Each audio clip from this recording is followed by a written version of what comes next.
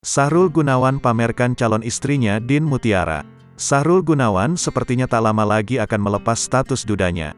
Pasalnya, Sahrul Gunawan baru-baru ini memamerkan calon istrinya yang bernama Din Mutiara. Diketahui, Din Mutiara adalah CEO dari AMC Hospital, tempat di mana akhirnya bertemu dengan Sahrul Gunawan. Di Bandung sebagai wakil bupati sebagai ketua TPPS, tim percepatan penurunan stunting, sering ke rumah sakit. Salah satunya rumah sakit AMC di Cilenyi, ujar Sahrul dikutip dari YouTube Brownies Trans TV, Kamis, tanggal 6 April tahun 2023. Meski belum mengenal lama sosok Din Mutiara, Sahrul Gunawan merasakan ada kecocokan dengan perempuan tersebut. Bahkan, ia mengaku dengan sosok Din Mutiara yang sempat susah untuk ditemui.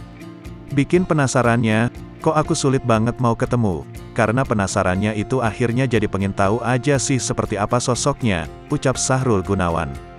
Ketika ngobrol, kalau di telepon lama, bisa ngobrol banyak hal, imbuh Sahrul.